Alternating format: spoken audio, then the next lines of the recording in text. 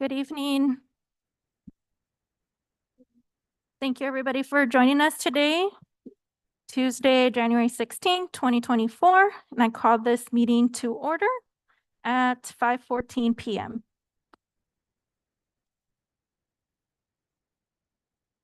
In partnership with the tribes who called Phoenix their home first, we acknowledge and respect the land our schools are built on. We commit to being a strong partner with any and all tribal nations who entrust their children to our schools. We are grateful and honored to be partners. May I have a roll call? Yes, roll call for Ms. Jessica Bueno, Here. Mr. Regional Carrillo, Here. Ms. Erica de la Rosa, Dr. Alicia Vink, Here. and Ms. Carmen Trujillo. Present. Thank you. Thank you. With that, we have a quorum to begin our meeting. May please stand for the Pledge of Allegiance.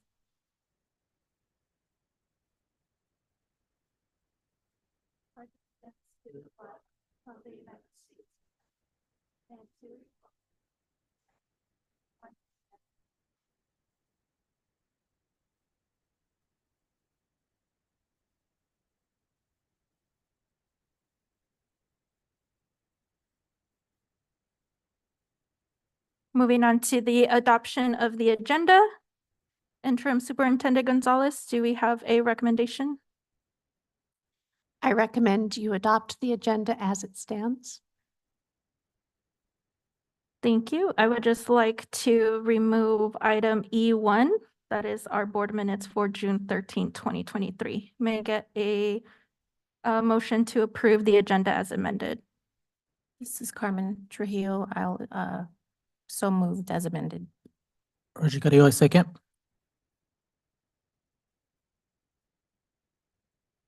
Roll call for Ms. Jessica Bueno, Aye.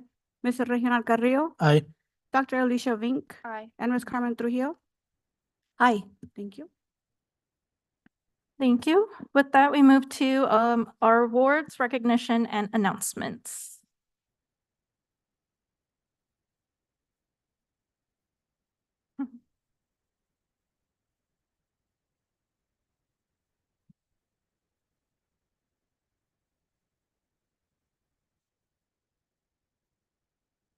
Thank you. I think we're starting with Kenilworth teacher recognized at Fiesta Bowl. I'll go ahead and start, and then I'll pass it over to my left. Congratulations to Ms. Sherry Padlin, who teaches middle school social studies at Kenilworth, for being selected as a 2023 Palo Verde Fiesta Bowl Charity Wishes for Teachers recipient. First, Fiesta Bowl Charities granted Ms. Padlin's wish of purchasing a projector and sound system for the Student Council. She was also invited to the Fiesta Bowl Parade and Guaranteed Rate Bowl. Thank you for all you do for your students.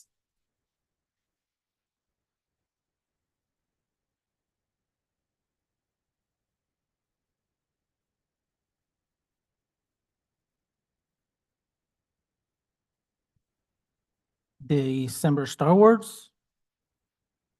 Ricky Celine, Reading Intervention Specialist at Garfield. Miss Celine represents our Garfield values of respect, responsibility, and safety.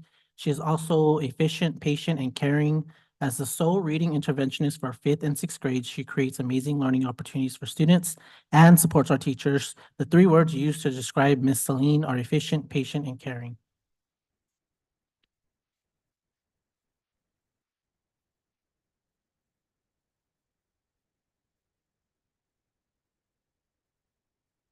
Manuela Rivera, custodian at Garfield. Manuela is a hard worker who goes out of her way to help others, even if it is not in her assigned area. She is friendly and kind to everyone and always lends a hand when asked for help. Some of the words used to describe Manuela are helpful, friendly, respectful, detail-oriented, hardworking, and sincere.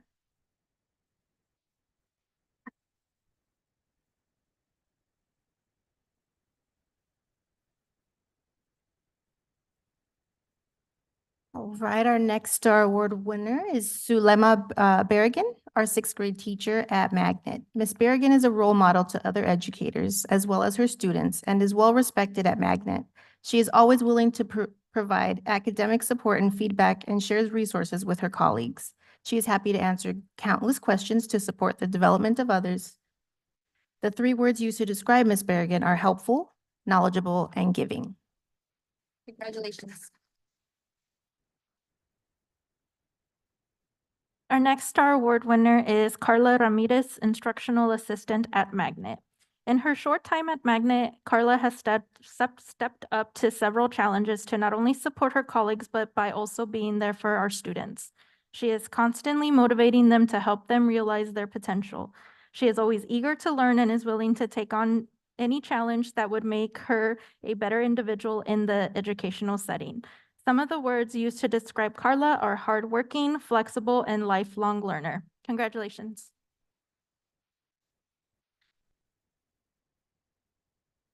Curriculum Associates 2024 Extraordinary Educators. We are proud to have two educators from Phoenix #1 recognized by Curriculum Associates as 2024 Extraordinary Educators. They have selected Miss Heidi McKnight, Kenilworth Reading Specialist, and Miss Anna San Markey, Kenilworth Math Interventionist, as honorees for this year. The program celebrates best-in-class educators from around the country based on iReady experience, formal assessments, classroom innovation, high standards, and student achievement. Ms. McKnight and Ms. San Marchi are the only Arizona educators selected this year. You both are outstanding representatives of our district and are making a difference for our students. Thank you.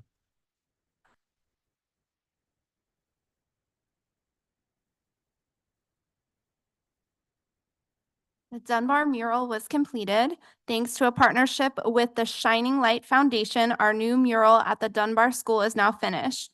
Complete with the words "Black History Matters," the mural showcases civil rights leaders W.E.B. Du Bois and Ida B. Wells, along with our school's namesake, poet and novelist Paul Laurence Dunbar.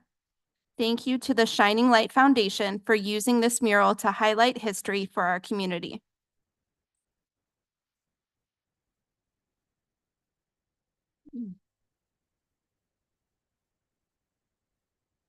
Are we going to take a picture with the Star Award winners? Yes, if we can get our Star Award winners to come up, we'll take a photo with our governing board members.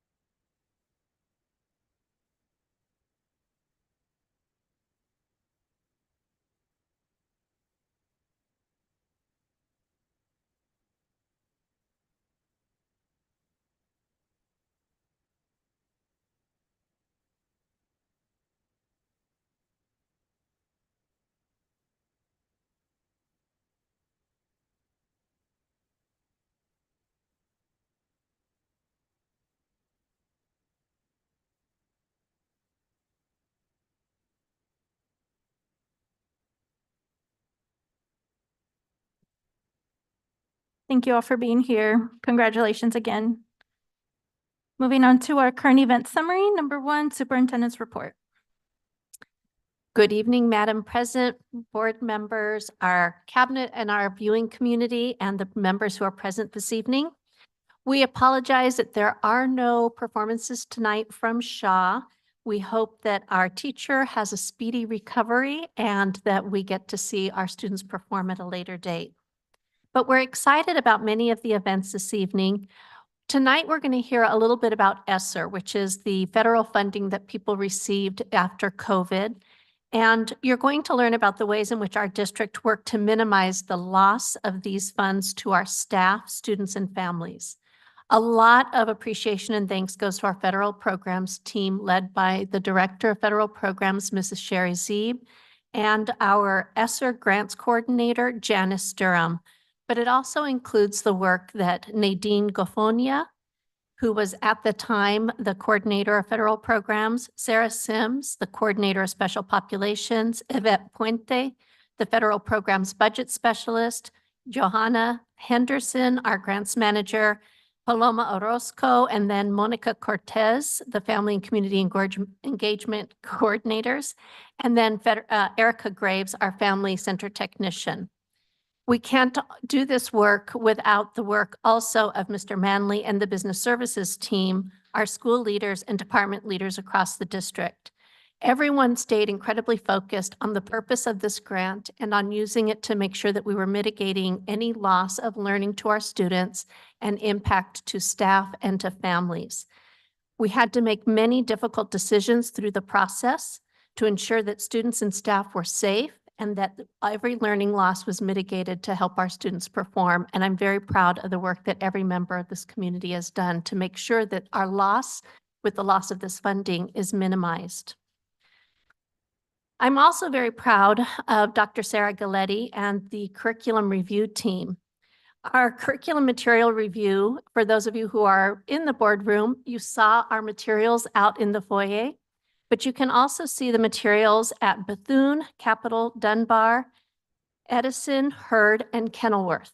All of these sites are providing an opportunity for our public to review the curriculum materials that our committee spent the last 4 months reviewing. The time that they spent began with professional development, and we had a nice board comment about the work that our team had been doing in terms of professional development and learning about the science of reading and about the importance of strategies for English language learners, as well as for how we address the needs of our exceptional students.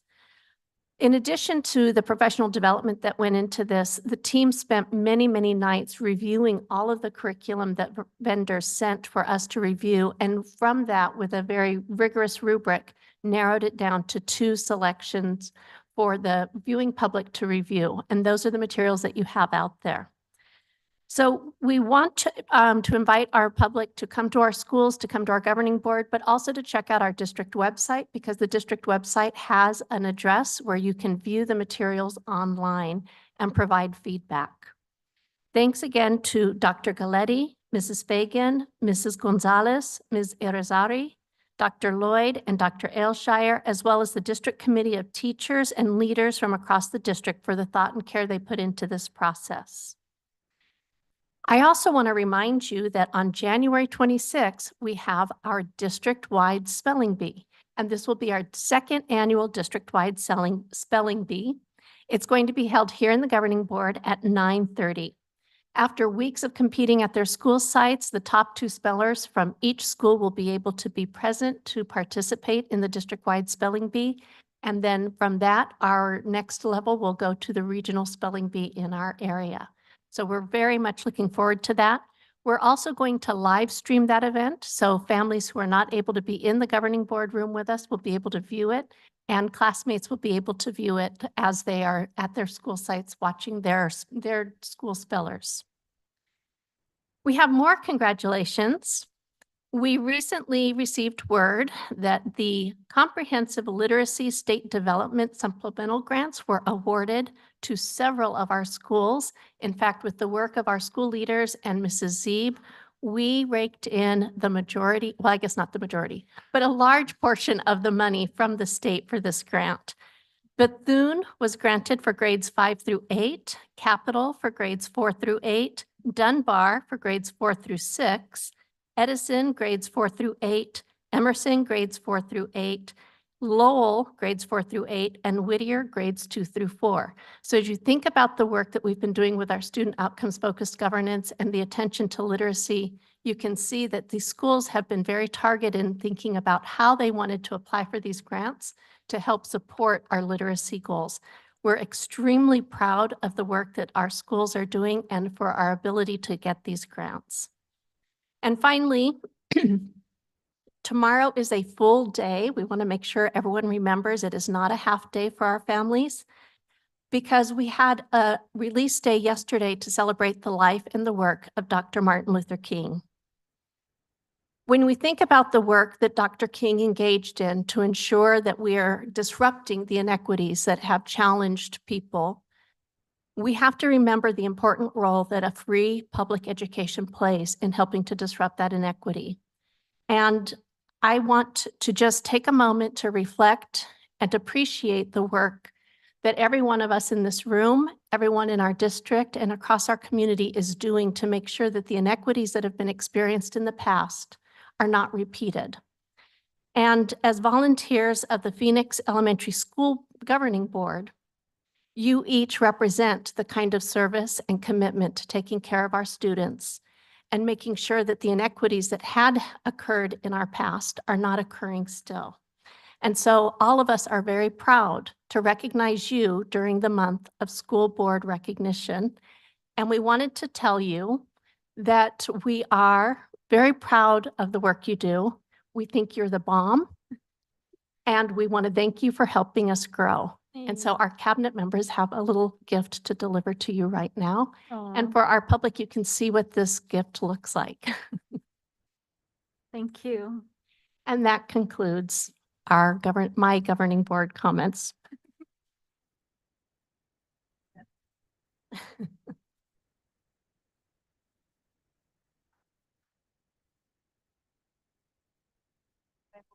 Yeah, Yeah, go and speak a picture with them.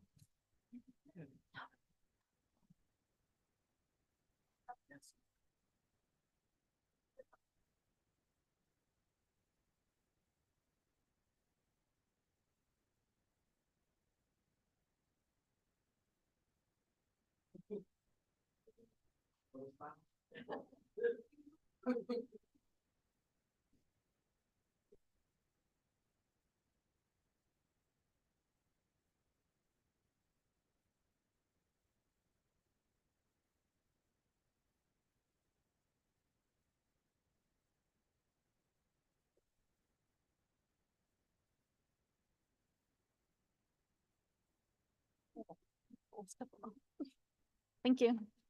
Thank you. Yay. You can't kill it. Thank you so much. That was unexpected and very appreciated. So thank you. Moving on to our board members' reports. Vice President Trujillo, would you like to start us off? Sure, thank you, Madam Chair. To echo our interim superintendent's comments, I hope everyone had a great MLK holiday yesterday, celebrating that. So welcome back and Happy New Year. I see from our well-being newsletter that it is Cervical Cancer Awareness Month, so I hope this prompt reminds anybody else out there listening that also has a cervix to get those appointments in and call back those offices for results.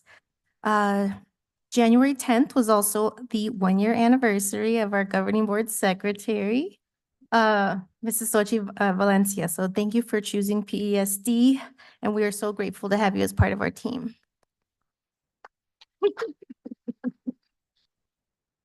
As Dr. Gonzalez said, January is School Board Member Recognition Month, and I just wanted to thank our school board members for their time and its service to the PESD1 community. During our last week of school in December, before the winter break, I was lucky to attend a few of the winter concerts with Dr. Gonzalez and some with President Bueno, which was really wonderful. So I wanted to say a heartfelt, genuine thank you to the staff who dedicate much of their time and effort to making sure those student events are enjoyable for everyone involved, including us audience members. I had such a great time, and it was, I really loved seeing the many different social activities that were carried out at each school to make it special for our families. I see you and value you all very much. I also was able to attend the holiday sweater and holiday bake-off celebration here at the district office. Congrats again to Rocky for that delicious choco flan that won the bake-off. And lastly, I wanted to send a small reminder prompt that Garfield's next Garden on the Corner is January the 24th. That's a Wednesday after school for anyone interested in purchasing some garden fresh produce. Thank you, Madam Chair. That's all I have. Thank you. Anyone else? Yeah, thank you. Just echoing what Vice President Trujillo said, thank you to all the principals and all the staff just as a teacher myself, I know that on top of teaching, how hard it is just to get your kids to perform through when you're testing and during the winter break. So thank you for going above and beyond and getting your kids onto that concert and performing for our community. They were fun to watch, and I know it was very stressful and a lot of pressure, but it just brings an extra joy to our community. So thank you. And then extra thank you. I did see G Road's performance. So thank you, G Road, for being a great partner and supporting Emerson, I was gonna say this, in Emerson, and helping them put that school performance on. It was wonderful to see all the community attend there. The holiday bake off, I didn't get to stick around. I didn't get to eat a lot of the food. I'm still like dieting here, but thank you everybody who came out. The food looked delicious. Chocolate flan is my favorite. And then continue. I know we have some more grants that we're applying for down the line, so I know that we'll be successful in getting those, but I can't wait till we do get them and to announce them and continue to support our community beyond the four walls of our classroom. So that's it. I just want to thank our staff for coming back in January. I appreciate you, and I'm glad that you show up for our kids every day.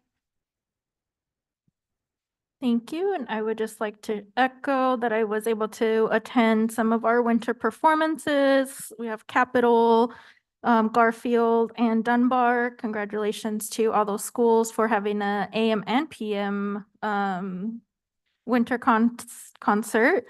That way more people could attend. And then I wanted to give a shout out to Magnet PTO for their Winter Fest on Saturday, December 16th. It was a great event and the menudo was delicious. So shout out to them.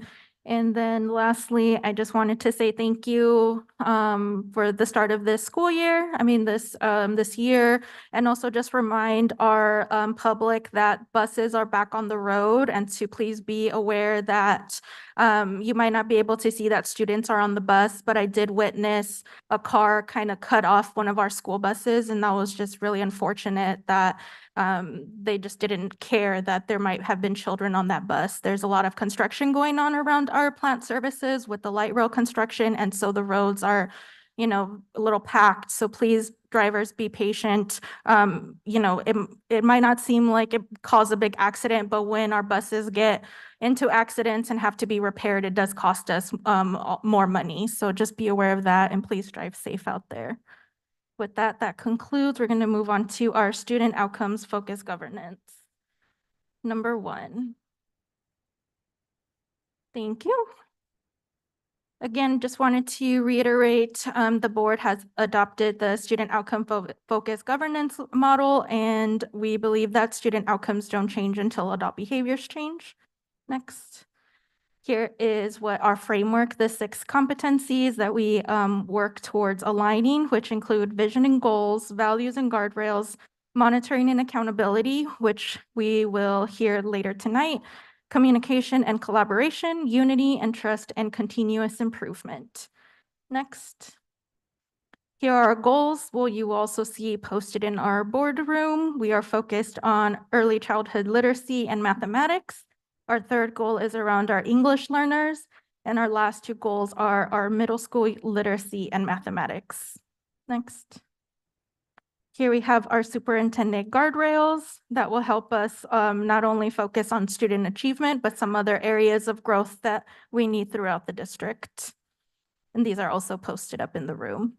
And we have our board guardrails to help us keep us in alignment as well. These are also posted up in the boardroom. Next. And we'll move it over Madam to Chair, may I ask a question on this item? on the update. Yeah, just and you can tell me if it's not the right time. I'm just wondering if you could send me the update for the timeline of our student outcomes focused governance, and then if you know when we're going to meet with Dr. Ramos again. So for the timeline, I don't think we were going to utilize the timeline anymore, was my last conversation with Dr. Ramos. And I can't give the exact reasoning because I'm not remembering, but I know that we do have a scheduled call later this month for the governance team that includes the superintendent, the board officers, the board secretary, and Dr. Ramos. And then so once we have that governance call, I can update you on when you should expect to also have touch base with Dr. Ramos. Okay, thank you. Does that help? Thank you. Okay, thank you.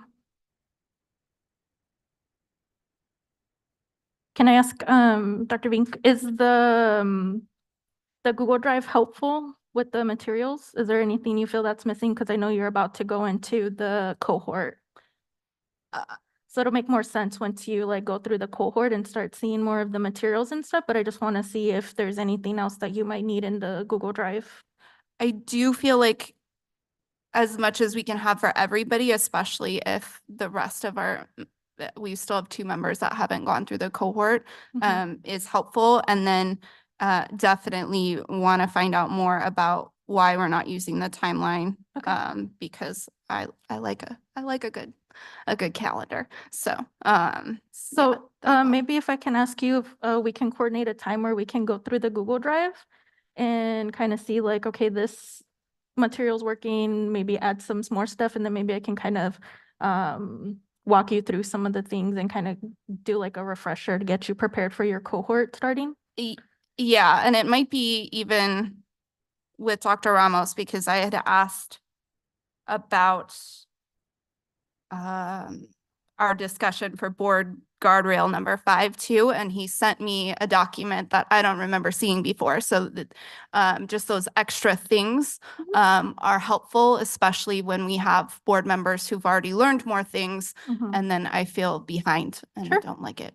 Okay, So, no problem. But thank you. So I'll reach out to you and then we can coordinate a time so we can touch base, and then I'll invite Dr. Ramos as well. Thank you. Thank you.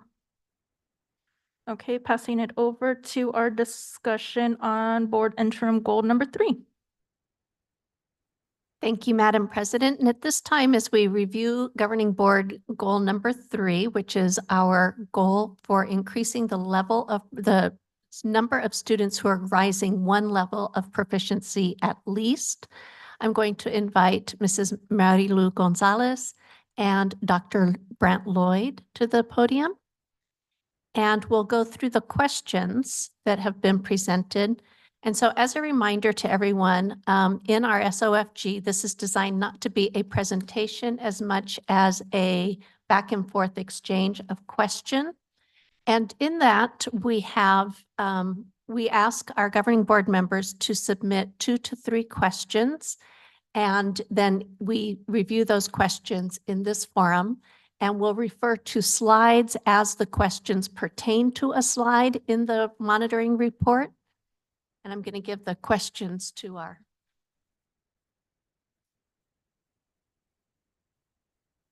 So I will review the questions. The first question is from board member Vink, Dr. Vink. She asks, are we going to meet our 2024 target?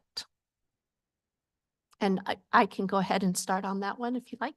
So we do believe that we're going to meet our target. And this is in relation to question number 1 or slide number 1.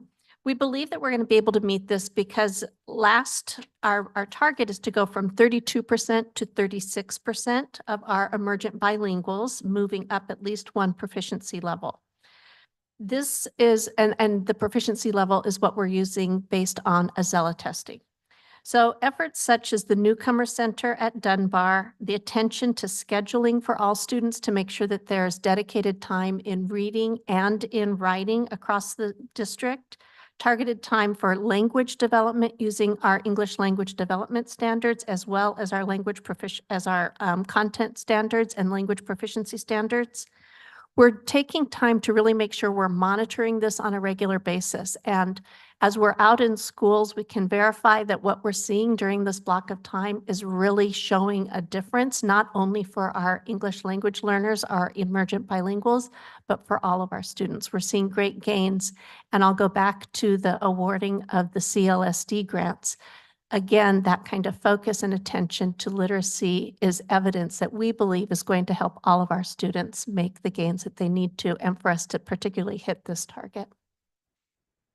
Our next question is also from Dr. Vink. She says, I have not seen our ELA curriculum adoption choices yet, but I'm wondering if we are considering a core curriculum that is designed for English learners. And I'll let two of our esteemed members of the committee speak to that. Good evening, Madam President, board members, cabinet, and our community. It's great to be here tonight to catch you up on some of the things that we've been working on with our ELs. And to this question, we'll say I'll give credit to Dr. Galletti, who hit the ground running with our ELA adoption. And she really, one of her goals is to make sure that everybody is accounted for, all departments. So we had the opportunity to present to the committee what EL strategies are meaningful to be embedded into the curriculum. So be very mindful of how language development should be apparent in that tier 1, and it shouldn't be separate, it should be embedded. So making sure that that was part of the criteria when evaluating curriculum so that the committee was more versed in when reviewing certain programs.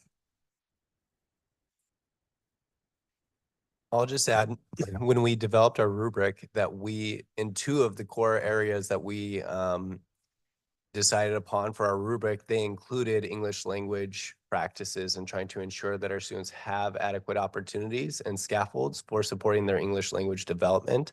So that was built into our rubric and what we sent out to all of those companies who submitted a proposal or a submission. And so they had to respond to us not only with their materials, but also to our request to say how their materials and how their resources will help us develop that English language for our students. Do we feel that those components then for both of the choices are easily accessible for our teachers then inside the curriculum? So we've come down to 2 programs that are being reviewed. So those are the questions that we have as we're going through them. Going not just because we know that it's not just looking at an overall product, looking at primary, how does it support primary, how does it support our upper grades? And knowing that we still will have to service targeted for some of our students, what supports do they have for that aside from it? So we are still looking at the programs and we're still getting schools to review the program. So we'll continue to see what they each offer. Thank you.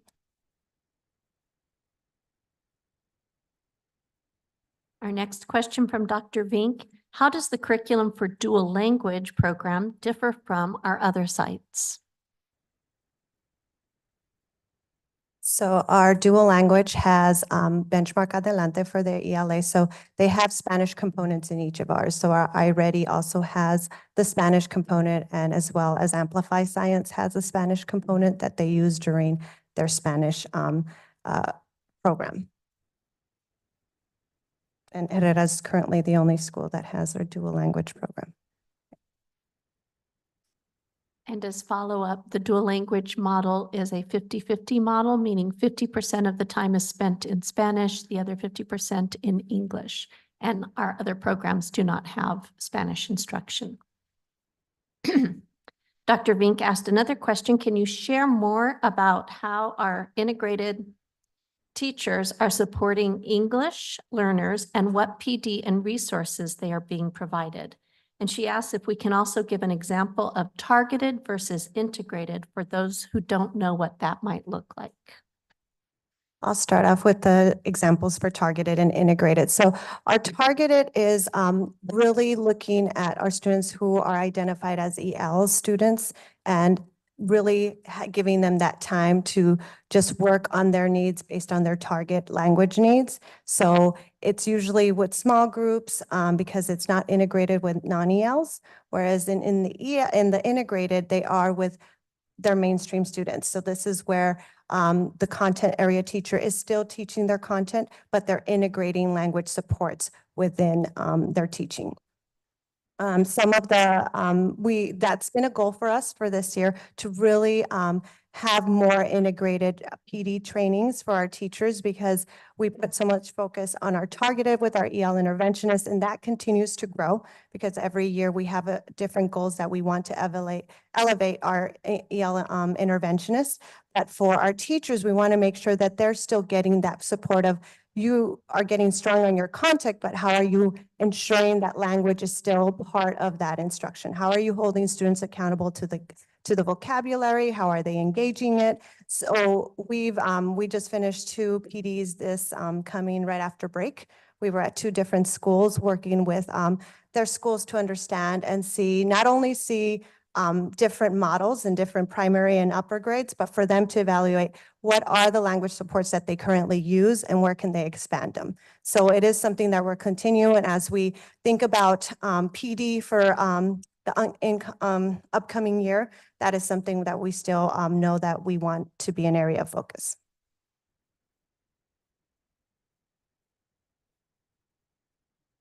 Our next question from Dr. Vink. How are students performing on the writing portion of the Azella?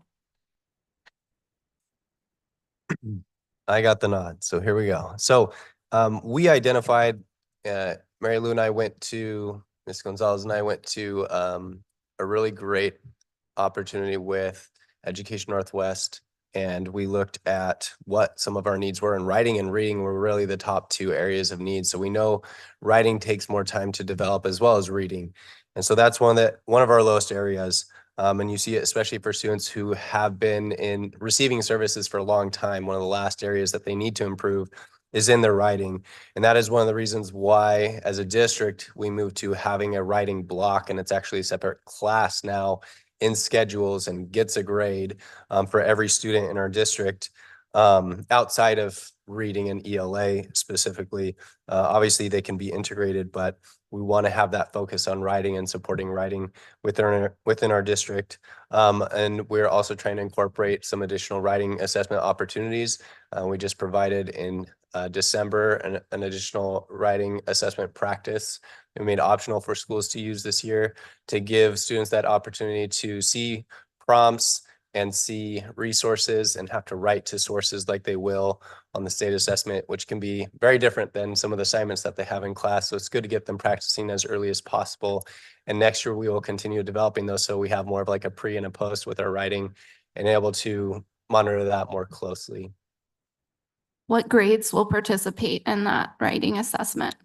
Right now we're focused on doing it for 3rd through 8th grade that will have that same type of task required for the state assessment. Who takes Azella though?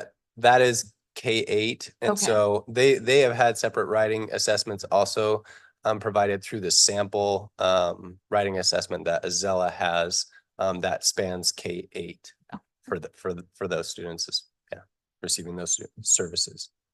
Yeah, we've developed some interim assessments on top of the ones given with the sample test and made them more accessible through Nearpod so that they can be given. And we've said they can be given for our EL students, but they can be given to all of our students because it's all writing practice. One of the biggest things that we talk about is we get our students to talk, but how do we extend that to writing? So really knowing that it isn't just the speaking part, we have to get them to put them on paper as well.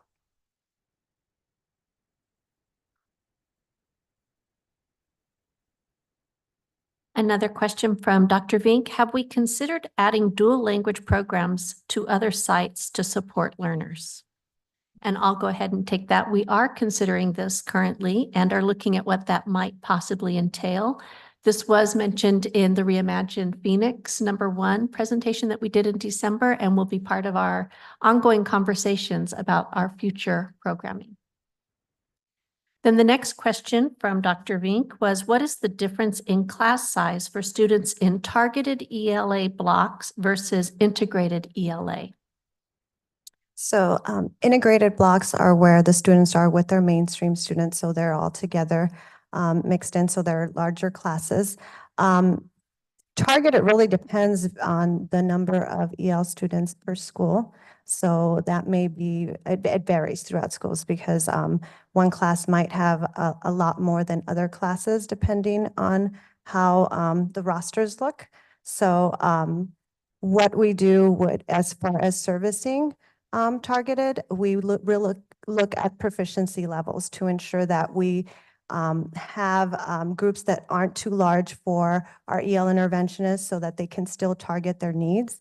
And our teachers are also involved at times to service some of those targeted minutes for our students who are intermediate that just need a little bit more of a push in their language so that they adjust their instruction to ensure they scaffold to those needs. And then our next question from Dr. Vink, how many of our targeted teachers are not traditionally certified, i.e. associates, teachers, emergency subs, long-term subs, et cetera? So our targeted teachers have to be SCI endorsed. So our teachers are currently all of our teachers are SCI endorsed that are servicing students for targeted or are in the process with our SCI course to become endorsed. And our next question from Dr. Vink, what evidence do we have to suggest family supports will work? And what new supports are we considering adding?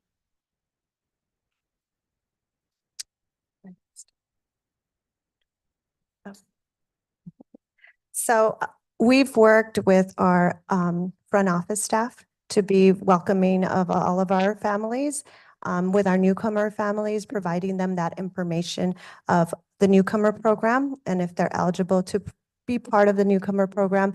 But our FACES work also with the front office to get familiarized with the families and learn more about their background. So as far as for our newcomer program, we have one of our social workers that reaches out to each of the families and does a variety of questions to find out more about the family because we don't want to make any assumptions about their involvement or why they're not coming into the school. We want to find out more about what is leading to their decision, or is that not a common practice for them. So letting them know what our practices are and for them to ask the questions that they have for us, and really working on building that relationship with the families.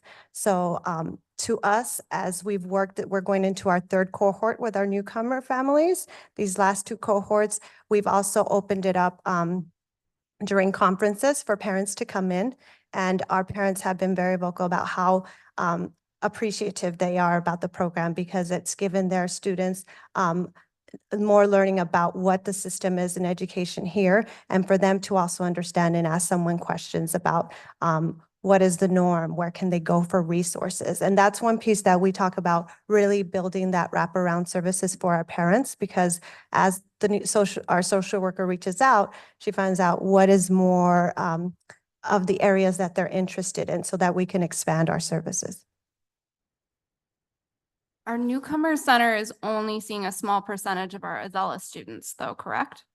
So this will be our third cohort, so that'll be up to 60 students. So yes, this does not encompass all of our newcomer students. It's really our recent arrivals that have been here less than a year. Okay, so how do the rest of the students taking Azella get those types of supports? So through our EL interventionist and our FACES, we reach out and let them know these are, at the beginning of the year, we gave a calendar to our family coordinator of all the events that we wanted to ensure that we involved our families. So one of the ones that is just coming up that EL interventionists and FACES are working together is informing our parents about the Zella assessment that is coming up and what they can do to assist if they want to look at the sample test, ways that they can encourage their children to really be motivated on the assessment.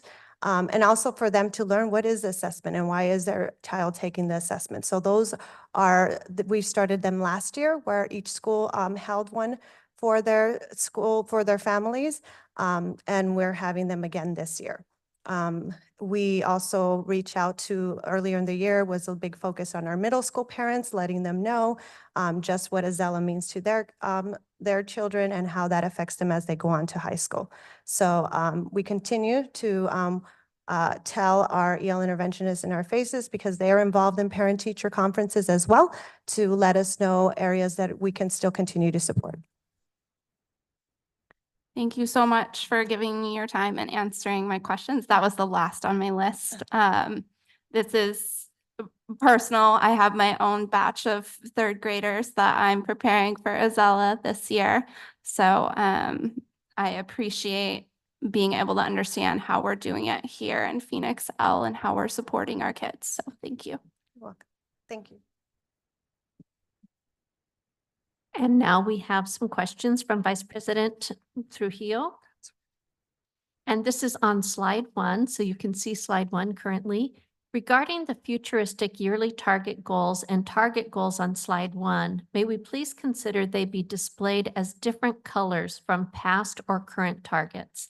I'd like to have more clarity as to whether I am reviewing a current target or a future target so that I can anticipate. Glad OKC. Yeah, you can definitely change any colors as you'd like. And we also try and make at least the goals that we have, we're trying to use those dotted lines and the star now to indicate any place where those are. But I do understand that we could change and give a specific color kind of code for, yeah, the I always- future versus I the always do it present. on my own anyhow, just when I'm looking through it to prepare for the meeting, like it does screw me up when I can't visually separate the two. So I fix it on my own. And my real questions kind of started towards the end. So these were more just format stuff that I would need help with. So we don't have to go through all of them if to not in the sake of time. Would you like to ask the question that you have specifically? Do you have it there? Do you want me to give you my sheet? Well, it's the last page, actually, the beginning of where that starts, what if any special information does the board need to know? And I do remember that this test being new, so we are getting used to that. So you do have listed that one new thing this year for our kinder and first grade students is they'll no longer use the phone to complete the speaking. A standalone microphone will be used. So that's interesting to know. But after that question was more so my progress monitoring questions, guys. Sorry for the disconnect. I apologize. No, and I appreciate it. One of the things, one of the practices going forward that I'm going to try and make sure to have is a contextualization document, so that if anything is new or different, and even just to remind on the data sets and the indicators that we have, provide that sheet. We sent it a little bit after, I think about a week ago, to all of you to help with contextualizing what you're looking at, because I know, yeah, it can be challenging to remember from. I do time remember to time. receiving that, but I didn't print out to go with my thing, and I did. I completely forgot, so I apologize, but I will definitely look for that. Thank Yeah. you. No problem. So do you want to answer?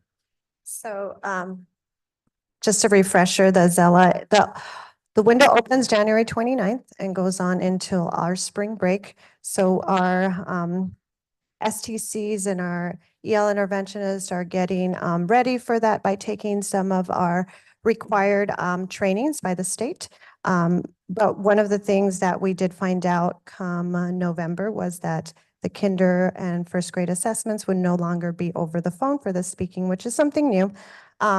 So that we would need microphones and standalone microphones, not the headset. So working with Rocky, who had a quick turnaround, we have ordered those and they're coming in. So we're in a good position in that, because we'll be able to present those come next Wednesday when I deliver the required test security training to all our STCs and test administrators. So that is one thing that we did prepare for that when we did our interim assessments with our EL interventionists, when we developed those, to really do those one-to-ones with kinder and first, because they need to get comfortable with that speaking. It's questions, and now it's just going to be a microphone, where it used to be the speaker on the phone. Now it's a microphone that they will just speak to as they're asked the question. this test will be the second year and it's running, so last year was a baseline. The biggest difference that we've said before is that they are still tested by the domains, but they're not isolated. So even in the writing, they're given a story that is an example, and so many times our kids have been used to just doing a summary of the story that was presented, but now it's like, that was an example. Now you give us an example of a similar event that has happened to you. So it's a little bit more requiring more for them to think outside of like, okay, I'm not doing a summary. I have to personalize it for how it affects or how it involves me. So that's a little piece about Azella. But I do feel that we've prepared more this year than last year when we had to just jump into it. So yeah, January 29th, we'll open up. Let me take the next one. So the next one, I think it's yours though. What kind of specific pieces of data are the areas of focus based on? The data on each slide or school-specific info, grade levels, cohort data? I'd like to understand more about what we're looking for in order to hit the target figure we're projecting. And so this will be on slides 2 and 3, so you can see the different charts that we're looking at now. So to answer this question, it's usually we look at first, what's on that slide, right? And then we drill deeper into schools and grade levels and other breakdowns so that we can identify what the areas of need are. And so then we establish what our foci can be for addressing those needs. And oftentimes, yes, it goes beyond just looking at, this initial iReady data, because we definitely want to look at historical, have a historical perspective. And just as you've requested, right, in these reports to look over time and see how we're doing, to look at cohorts and schools, also to break it down by domains, which is one of the reasons we included that as a slide today for you, or as in the report on page 4, right? Because we have to be able to get to who needs the help as well as in what areas. And so that's really the process, is starting big, right, from the biggest level and different views, because we want to ask multiple sets of questions, right? Knowing grades help us identify, do we need to focus more on earlier or later grades to help in this focus area? But then also in areas such as the level of proficiency gives us an idea. Are we doing better with students who have more English proficiency or potentially with less? And how do we support those who have not shown the same level of improvement so that we can focus on them and support them? And the schools each year also provide us with information, because as a school, they go through on a yearly basis a continuous improvement cycle where they work on action plans and identify root causes for the areas of need that really help drive our district action plan.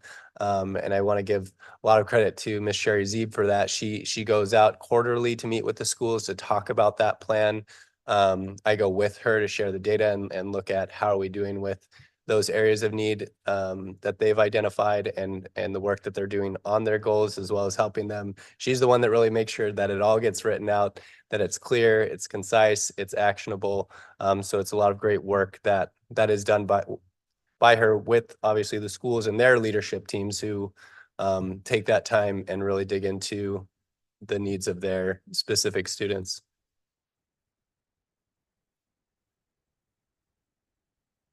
The next question is, what do some typical iReady lessons or assessments look like for our English learning students? This year, we really tapped into iReady lessons and getting familiar. We've gotten introductions in the past from the company, but us going in there and really seeing what they have to offer and how we can integrate. So we've included some of those practices in our integrated EL trainings, just because their lessons offer a lot of engagement and opportunities to use their vocabulary, to not only use it, but they also take in mind the student's level and how you can still present grade level content, but how do you access it, give them that access to reach it? So scaffolds that can be implemented in your instructional teaching. So we encourage for that to grow with our teachers, because those are practices that align with that language development, and it also aligns with some of the past trainings that we've had with West Ed. This coming week, we are going to continue year 2 of some of our West Ed practices that really involved in not only scaffolding our instruction, but really that language development and extending that learning. So this, so just along with what iReady is doing, some of the practices that we are going to continue on now are going into writing. How do we extend that learning into writing? Do you want to talk about the assessment? Yeah, I just want to ask a clarifying question on that. You asked or assessments. Are you talking about the assessments related to like the math curriculum or just overall assessments? Just to narrow my response. Wow. It was just, I think it was kind of based more, I was wondering just about our reading stuff for English learners. So whatever that consumes, that's what I was wondering. So if the math stuff is separate, then definitely don't gotta cover that. Gotcha. So we use different assessments for reading than math, but in our math, we have in iReady, we have weekly lesson checks, and then we have unit assessments that are used as well. And during those, just like on the state assessment, we focus on not necessarily changing the task, but changing the accommodations that we provide to support learners, English language learners, so that they can be successful. An example would be being able to provide possibly translated directions if possible, provide translation dictionaries, the same accommodations that are allowable for our state assessments. We want to make sure those are provided for other assessments throughout the year so that they're used to being able to have those available to support them. That answer your question? Very much so. Thank you. I'll ask the next question was, what transitional information do our students receive to support their understanding that PESD 1 staff will be teaching them English going forward? So this is similar to an earlier question of, ensuring, again, customer service when our parents or our families walk in, that we welcome them and we let them know what opportunities are there for their students. And, as we greet them, we know that we need to provide them the services that they need. So also letting us know what is something that we're lacking that we may need to look into providing or extending for our students and families. But a big piece is working with our faces and being involved with our families. And I kind of already talked about the newcomer pieces. And then the last question that we have was just about the percentage of our McKinney-Vento students who are ELLs or who receive English language services. And by the count that I have, and it changes from month to month, as of December, 8 out of our 99 students who were McKinney-Vento students also receive English language services.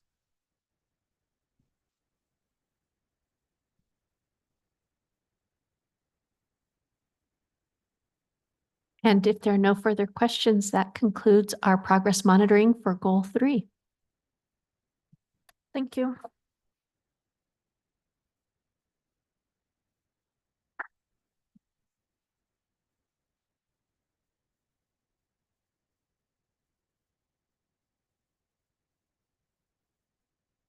Moving on to discussion on board guardrail number 5.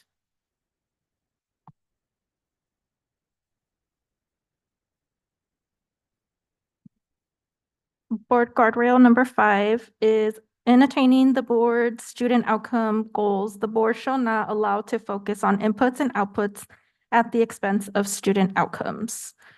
So essentially, we're just having a discussion to remind us of what inputs and outputs are. And Dr. Gonzalez, would you like to explain the inputs and outputs part? Sure. So when you think about inputs and outputs, the goal is the direction that we're going to go. It's the destination we're searching for. But when we talk about inputs, those are the things that go into helping us achieve that long-term goal. So Dr. Ramos talks about the basketball team, and he talks about the fact that you are the owners of the basketball team. We're not going to say football because right now it still makes me very sad. Michigan. So we're going to talk about basketball. And the basketball team is the owners hire a coach to make sure that the coach is helping the team be able to achieve the goal of winning a national championship. And so your job is to make sure that the coach is getting what the coach needs to help support the team. That's kind of the big picture. And your job is to make sure that the coach stays focused on what it is that your expectation is, that long-term goal. The coach and the entire coaching team has to put in work to help build up the team's ability to make the baskets and to make the points that they need. The coach is in charge of the inputs. So the coach works on conditioning the team, making sure that they have the right musculature, making sure that they understand the drills, making sure that they understand how to shoot a basket or when to dribble and when to pass. On the other hand, the team is working on the outputs. The outputs are the points scored and winning every game. Those are the domain of the coach and the team. But the owners of the basketball team have to keep watching the coach and the coaching staff, but primarily the coach, to say, hey, coach, remember, our goal is to win the national championship. At this point, you've lost 17 games. We're not on track. What are you going to do to get us back on track? That's where the inputs and outputs differs from the bigger goal. So when you look at the presentations that we're doing, we have a larger goal. In this last case, it was goal 3, to improve the proficiency level of our emergent bilinguals by at least 1 level on the Azella assessment. You want to stay focused on that. But what we do, our coach and our team, is to make sure that we're focusing on, do the players know what the routine is? Do they know the game rules? Do they know whatever it is that they need to be able to accomplish that goal? Are the team and the coaching staff, are they all aligned in being able to provide the right level of coaching, instruction, conditioning, whatever it's going to take to get them to that level? Thank you for that analogy. And then I just also want to reiterate our board responsibility is on the outcomes part. And so, for example, when we were receiving board 3 goal, it wasn't our responsibility to say, hey, why don't you do this other type of output? It was our job to ask, like, okay, we're not seeing that if we're going to hit that target goal, what other outputs have we thought about practicing in order to help us get that goal? Does that make sense? You have questions? Any questions? I don't have questions, but I do have a meeting with Dr. Ramos later this week to discuss why there aren't and what it would look like for there to be some metrics around the board guardrails the same way that there are around superintendent guardrails. I think it would be helpful for us to be able to see on paper, like, these are things that we've asked for in the last year, and these things were inputs and outputs and not outcomes. And this percentage of things that we've requested, either in public or not, was not focused on outcomes or was. So it's not really anything that we can, I guess, I mean, you guys could share if you feel like that is something that would be helpful, but I'm going to flesh it out with him and see if anyone else is doing anything like that. His first response was that the only tool is currently the board self-evaluation tool, and I just don't think that's enough. Okay, thank you for that information. And I look forward to hear what how the conversation went with Dr. Ramos. Okay. Moving on to C4, discuss and take possible action to adopt interim superintendent interim guardrails. Dr. Gonzalez. Madam President and governing board members, with the transition from the former superintendent to my role as interim, we didn't change the guardrails. However, we did change some of the interim goals. And in part, that's in conversation with Dr. Ramos to make sure that those interim goals are in fact smart and measurable, and that they are attainable given the time frame to execute these. So if you are looking at these with us, you can see the interim guardrails, the interim superintendent guardrails have not changed. But interim guardrail number 1 is that by May 2024, the district will have a clearly communicated system to request approval of field experiences. This has been a pain point for many of our families and our teachers. So we want to make sure that we are creating a clear policy and regulation to elucidate the process for requesting permission, creating a faster turnaround for approving and ensuring necessary district resources are secured, improving the response and follow-through rate from an average of 37 business days to 5 business days as measured by Google Analytics and principal satisfaction surveys. The other guardrail the other interim guardrail for guardrail number 1, reciprocal and effective communication, is that by May 2024, the district will increase diverse, accessible communication targeted to specific audiences as measured by governing board meeting updates to the Phoenix #1 community within 1 week of each board meeting, increasing from 0 communications in 22-23 to 8 communications shared through print and digital media. And we have an example of this from the last board meeting that we had put together thanks to Ms. Baker. For guardrail number 2, actually, are there questions about those interim goals? No, I don't have any. All right, for guardrail number 2, the superintendent shall not allow the district to operate without a human organization customer service plan to foster trust and collaboration. So by May 2024, the district will support the development and implementation of action plans to provide school and district front offices clear strategic direction to enhance a culture of customer care and systems efficiency. Action plans will be monitored twice annually to increase satisfaction with Phoenix #1 customer care from 79% during the 22-23 school year to 85% during the 23-24 school year, as measured by client satisfaction surveys conducted by a third party. Interim guardrail number 2.1, by May 2024, the district will instill a trainer of trainers model to provide school and district front office staff with curriculum and strategies to achieve the desired culture of customer care and systems efficiency, developing an office staff training cadre from 0 in 2022 to 15 by 2023 to 2024. Are there? I'm sorry. Go ahead. Is there already a curriculum?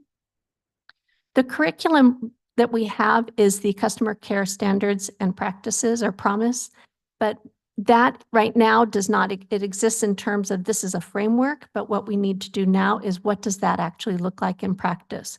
So if you take the development of the action plans and developing systems to enact those customer care standards and promises, the curriculum becomes now how do we teach that to one another? And so our objective in this goal is really to tap into the strengths of many of our front office managers and assistant managers to develop somebody at every campus who can be the trainer of those standards, because it isn't just the front office staff who have to carry that out. It's our nurses, it's our administrators, it's our interventionists, it's our FACE specialists. There are people at all levels who are interacting with our families, and we want to make sure that we've got somebody who is responsible at every campus to make sure that everyone who comes in and is beginning to work with us is trained in what those standards are. But in order for us to do that, we need to develop a nice curriculum that is quick and easily to digest and own as your own. And Ms. Valencia is one of the people who's helping to develop and lead this effort with her work.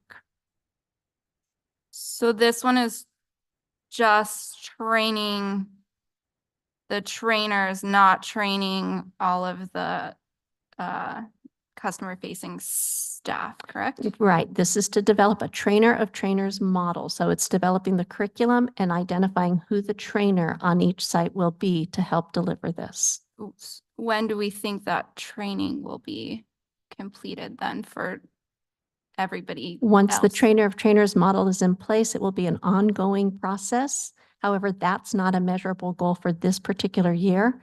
So what would happen is that by May of 2024, we have our trainer of trainers model in place with curriculum, and then that training will begin occurring immediately thereafter through the next year and into perpetuity. Because we would ideally want people ready by August when school starts, right? Well, ideally, we want everyone ready now, Well, but of yes. course. Yes, Alright. to your point, actually, we would want people ready by July because we know that that's when we get an influx of families coming. Thank you. Are there any other questions? No. Guardrail number 3 is the superintendent shall not allow the district to operate without a system designed to recruit, employ, and retain diverse staff who reflect the community and meet the needs of our urban district students and their learning environments. So interim guardrail number 3, by May of 2024, based on feedback from ESPA, the district will reverse the current longevity stipend, which is placed in the base, to return to a one-time lump sum awarded in December. This will reflect 0% of employees who qualified receiving the lump sum stipend in December 2023 to 100% of employees who qualified receiving the stipend in December of 2024 as measured by payroll records and employee satisfaction. So to help clarify this, when we moved during the compensation study to try to help elevate everyone's base salary, staff who qualified for a longevity stipend, the idea was to roll that stipend into the base, thus creating a higher base. And so that when you added the percentage increase to that salary, it would be a higher salary. However, when we talked to our members who received that from our ESPA group, they all felt, and ESPA surveyed their members and said it was 100%. They said it affected them unfavorably because the stipend was given to them just around Christmas time. And that meant that it was money for Christmas presents. It was money to pay for dinner for the family. It was money for making tamales. There were different reasons that the people felt that that lump sum was more important than the extra money that they made over the long haul. And so they asked that we reverse this. And so that's a goal that we have for this one. I have a question. I don't have the previous guardrails in front of me. Were there multiple interims under this one previously? The interim guardrails before were each around recruit, one around employ, and one around retain, and it was on the development of a plan. And so under Dr. Ramos's guidance, he said you shouldn't have the development as your interim guardrail. Develop that plan and then test that plan's implementation. Don't have your guardrail developing a plan. Isn't guardrail number 2 supporting the development and implementations of plans? Nope, we're measuring the number of people who are ready to be and who are to have a curriculum to train on their campus, trainer of trainers. Okay. What percentage of our staff are affected by this ESPA or by the Longevity stipend. It's enough of a group of people who not only are representative of our diverse community, but they're people who have stayed with us for a number of years, that ESPA felt that this was a point that they needed to bring forward and have addressed. So I can't say what the exact number is, but we can put that in a board update for you. Okay, thank you.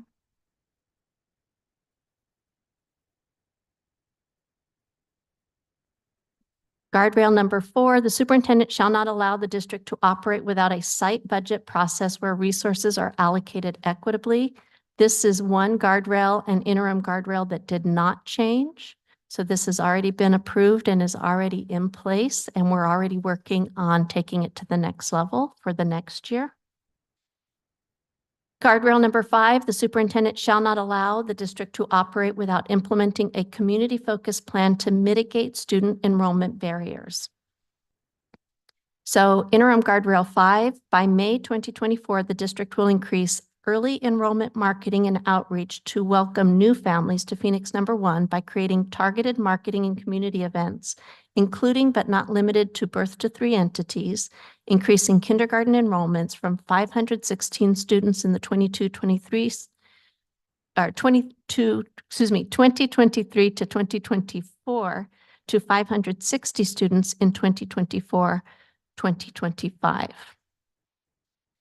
And then interim guardrail 5.1, by May 2024, the district will develop marketing multimedia presentations to inform the broader community of the specialized programming at our schools to showcase programming and special features of Phoenix number 1, an increase from 0 in 2022-2023 to 3 in 2023-2024. Is the increase in guardrail 5.0, is that consistent with what we already see? Like in previous years, 516 to 560, is that amount typical for us anyway? No, that's part of why we're focusing on a campaign to increase enrollments in kindergarten. We saw a slight increase this past year with the addition of our preschools across the district. But we know that if we are going to continue to stay ahead of a declining enrollment, we have to start with kindergarten enrollment. And so we set an ambitious goal for that. And with our new marketing and outreach efforts, I believe that we can hit that goal. Okay. Thank you for the quick turnaround, Dr. Gonzalez. Do we have any further questions? With that, I motion that we approve the interim superintendent interim guardrails. This is Carmen Trujillo. I second, or actually, am I doing the motion or seconding it? I just made the motion. Perfect, so seconding here. Vote call for Ms. Jessica Bueno, Aye. Mr. Regional Carrillo, Aye. Dr. Alicia Vink, Aye. and Ms. Carmen Trujillo. Aye. Thank you.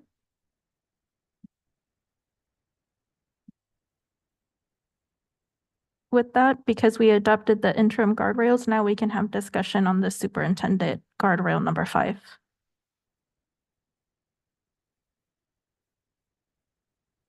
So as we shared the guardrails, this is the governing board meeting where we actually discussed this.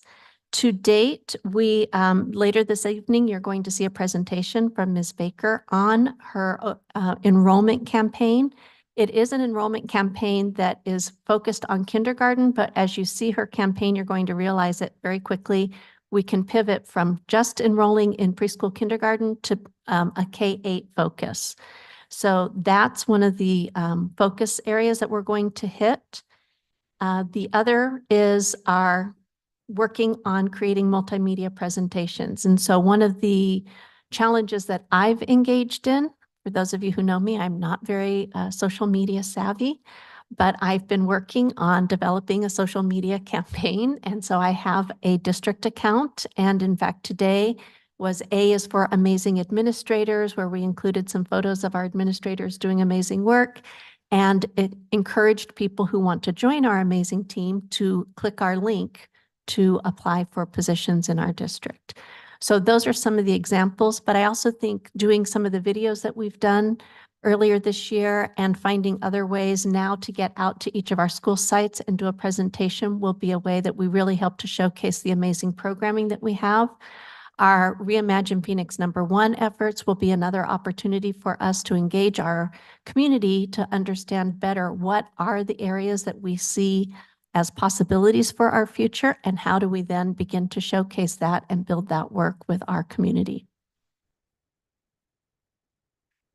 Thank you. Do we have any other questions regarding superintendent guardrail number 5? Okay. With that, we can move on to our community communications. This is the time for the public to comment. Members of the board may not discuss items that are not specifically on the agenda. Therefore, pursuant to ARS 38-431.01G, actions taken as a result of public comment will be limited to directing staff to study the matter, responding to criticism, or rescheduling the matter for further consideration and decision at a later date. Do we have any communications electronically? Yes, we have two. Okay, we'll start with electronically at 3 minutes. Okay, our first one is from Ms. Danielle Carloni. And it says, "Hi, my name is Danny Schultz, and I am a third grade teacher at Garfield. I just wanted to say how thankful I am to have the day returning from major breaks as a teacher prep day. Usually I work a lot during break and feel a lot of anxiety about coming back from a break. However, knowing that we had that Monday to prepare for the students made all the difference. Not only did it help a lot with anxiety and actual being able to take a break, but it helped us reconnect as a staff and set our vision for the upcoming quarter. I also know it gave us the much needed time to plan meaningful content for us soon as the students return. I heard from several other classroom teachers who were so thankful for this prep day. I just wanted to thank you for making decisions like this that allow us to do our very best job for our students every day. I hope this continues in the future. Thank you, Danny."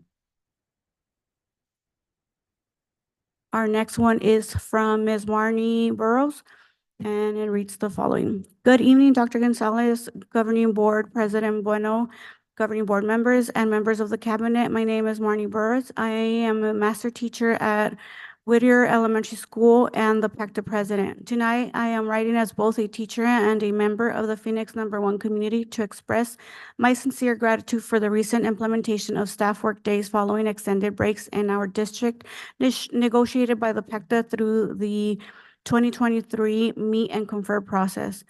These workdays have not gone unnoticed, and I want to specifically commend the governing board and district administration for recognizing the importance of providing staff with dedicated time for site-based professional development, collaboration, and preparation, both classroom and otherwise.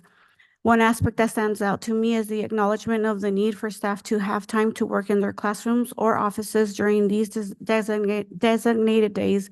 This opportunity allows our dedicated educators to focus on enhancing their classroom or office environments, preparing materials, and creating positive and engaging spaces for all of our students. Moreover, I appreciate the thoughtful consideration that this approach means staff can take their full breaks to rest and recharge. Recognizing the demanding nature of their roles, it is crucial that staff have that time and resources to maintain their well-being, ensuring they are refreshed and ready to provide the best possible education and support to students. The collaborative efforts between PECTA, district administration, and the governing board in creating these workdays demonstrate a commitment to fostering a supportive atmosphere for our educators. The investment in both professional development and classroom office preparation is a clear indication of this board and our district's dedication to the overall success and growth of our students. I want to express my gratitude for the district's proactive approach to enhancing the educational experience for both staff and students. Initiatives like these contribute significantly to building a strong foundation for the success of our schools and the well-being of the larger school community. Thank you for your continued commitment to excellence in education and for recognizing the importance of providing staff with necessary resources and time for both professional development and personal well-being. Sincerely, Marnie Burrs." Thank you. With that, our in-person comment, I call up Nicole Goodwin.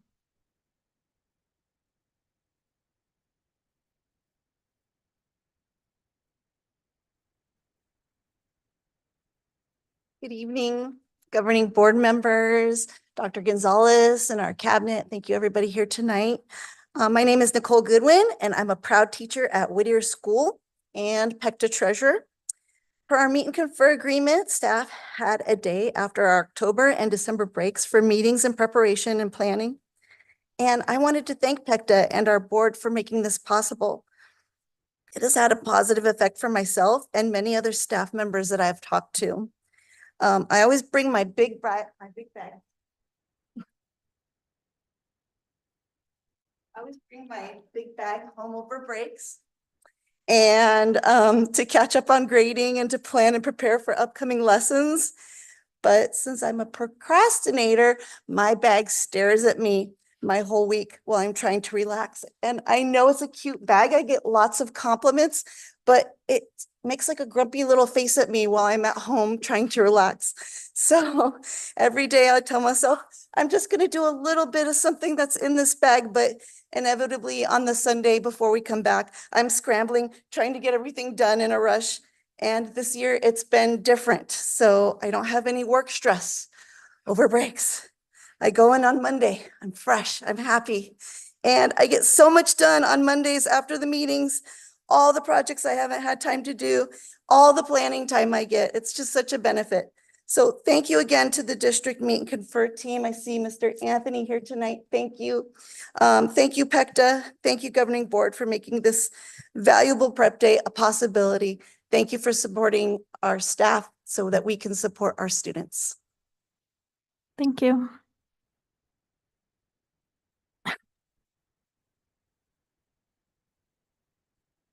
And with that, we are done with our community communications. May I get a motion to approve the consent agenda as amended? This is Carmen Trujillo. I second the motion. First, the motion. I move that we approve our consent agenda as amended. I'll second.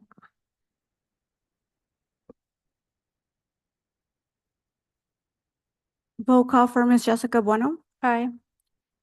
Mr. Regional Carrillo, Dr. Alicia Vink, Aye. and Ms. Carmen Trujillo. Aye. Thank you.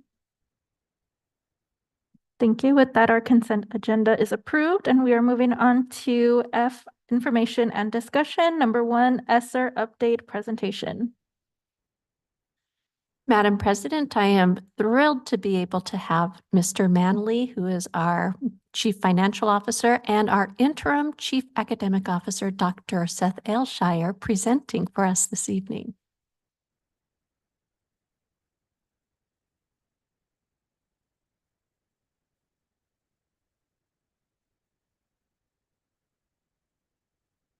All right. Good evening, Madam President, Governing Board, to our phenomenal cabinet, our phenomenal community. Thank you all so much for being here this evening. It's my pleasure to be presented with this extraordinary gentleman on the ESSER updates. This is something that is weighing on the mind of our district as well as all of our other sister districts as we kind of go through. So we want to give some information, some transparency around the decisions that are being made historically over the years and what we're doing right now for that. So without any further notice.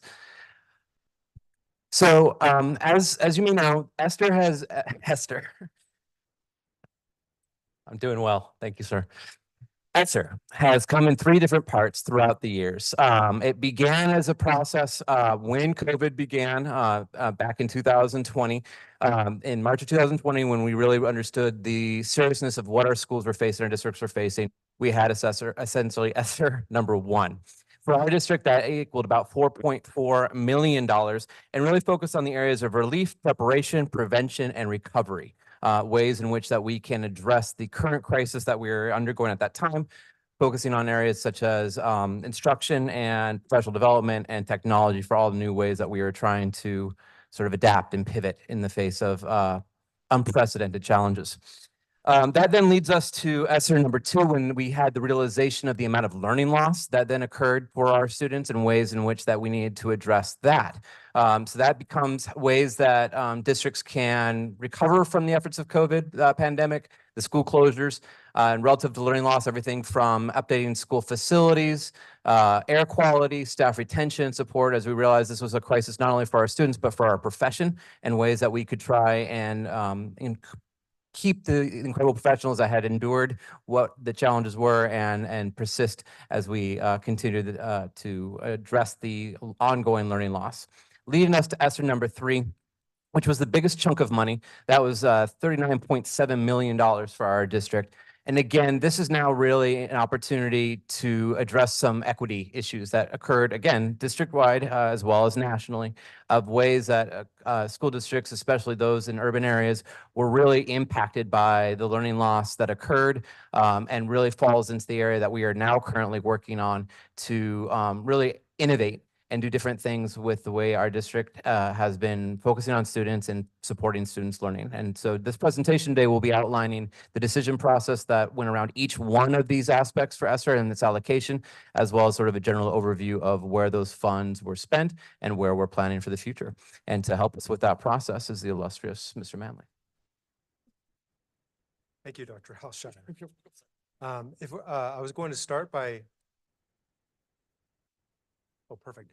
By taking a look at ESSER 1, again, this was scoped in 2020 and exited the building in 22. It was reported that whenever these funds were received, we received guidance from various state agencies on expending the funds to effectively, as Dr. Alshire had said, provide relief, prevention, and recovery.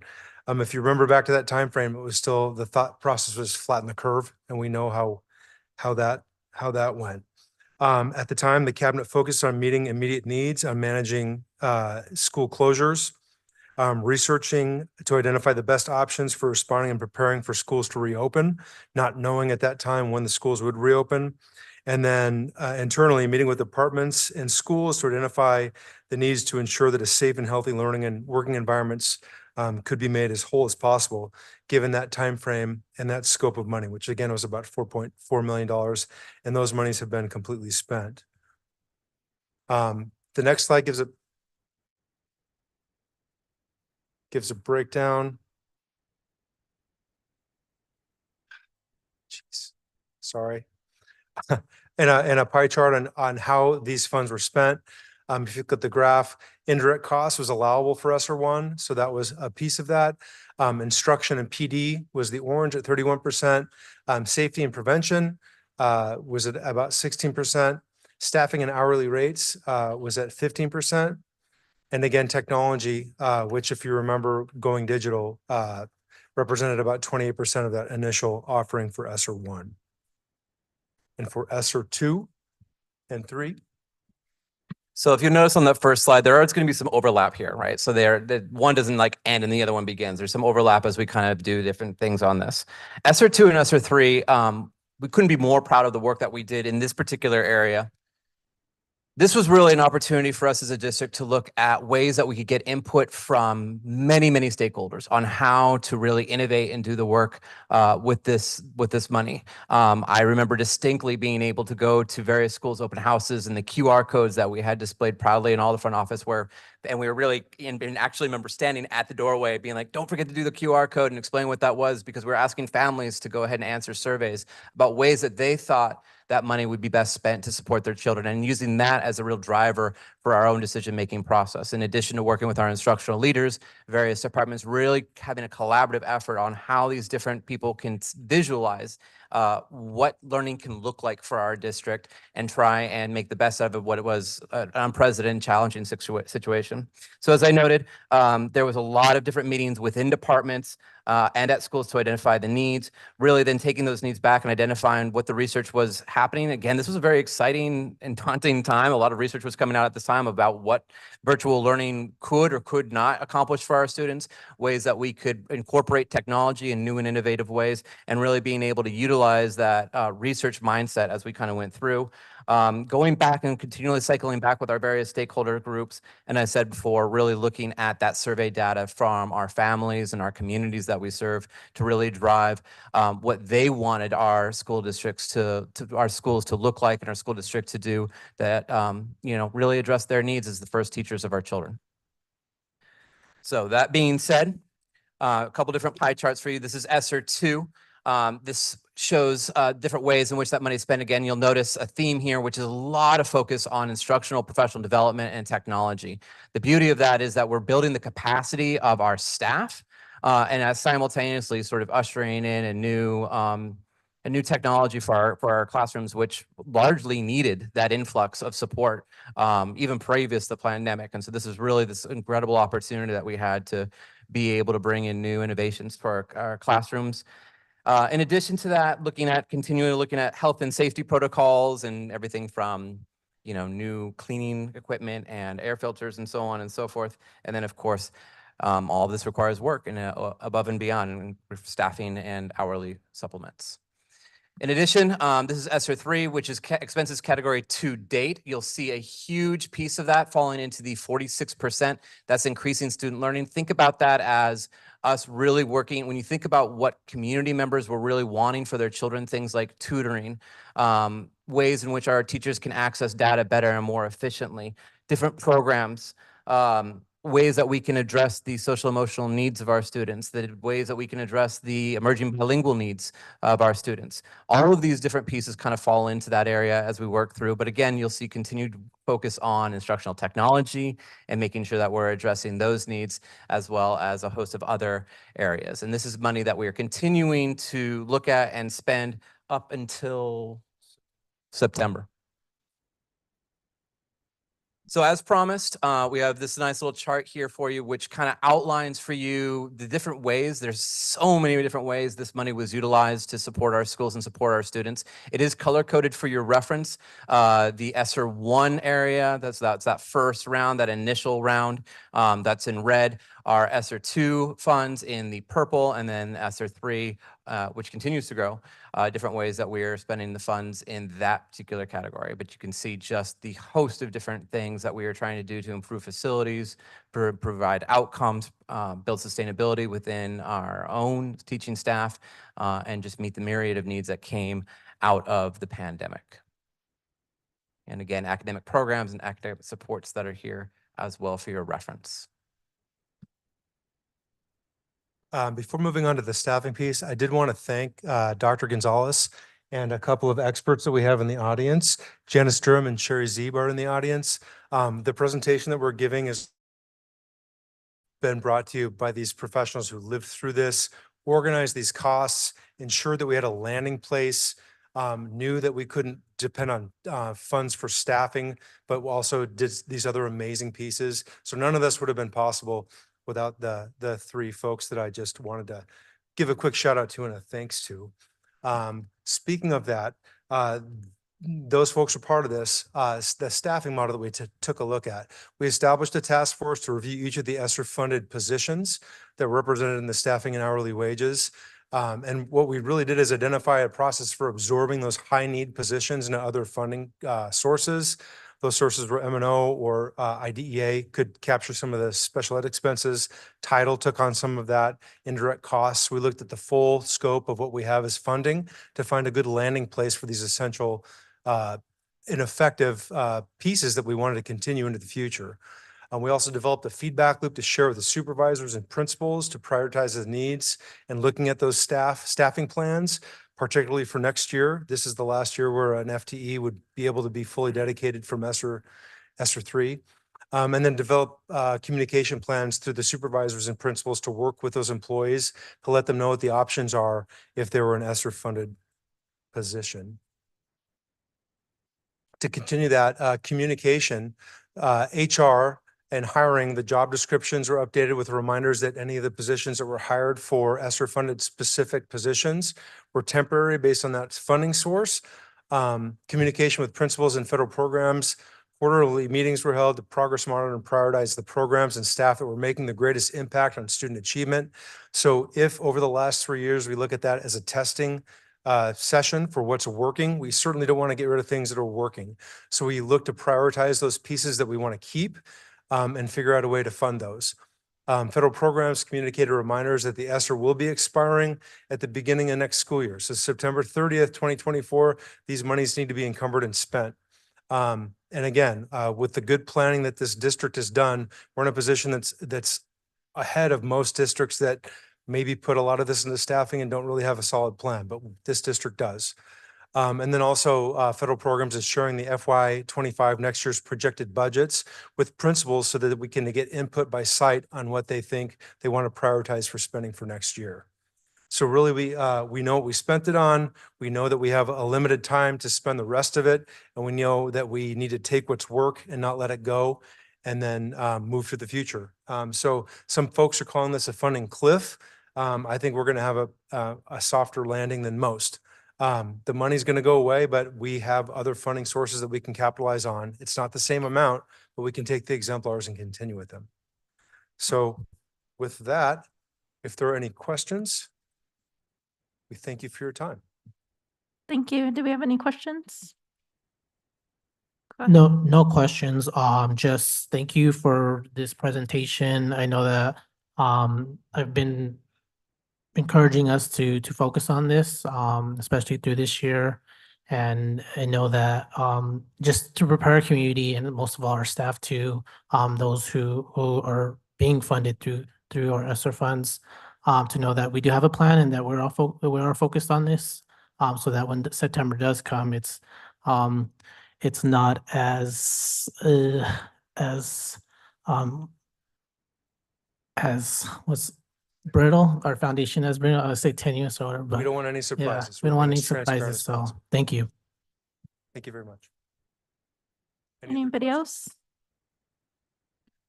No, I just want to say thank you to the whole team. Thank you, Ms. Siebes and Ms. Janice, for your expertise. I know I'm thankful to hear that we learned our lesson through Makisa. So glad we didn't put any of our money in staffing as much as we are accustomed to. So thank you for preparing us. Thank you, Mr. Manley, for catching up on all the ESSER funding reports. I know you weren't with us at that time, but thank you for establishing our foundation financially. Anybody else? Thank you, everybody.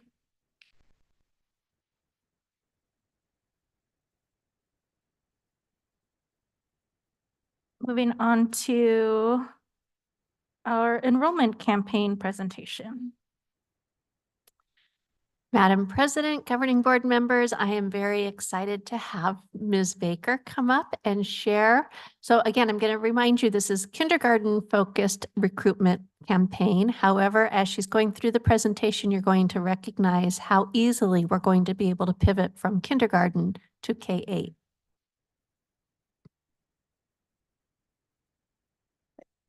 Madam President, Governing Board, members of Cabinet and the community, I'm very, very happy for you all to see what we've been working on for kindergarten recruitment.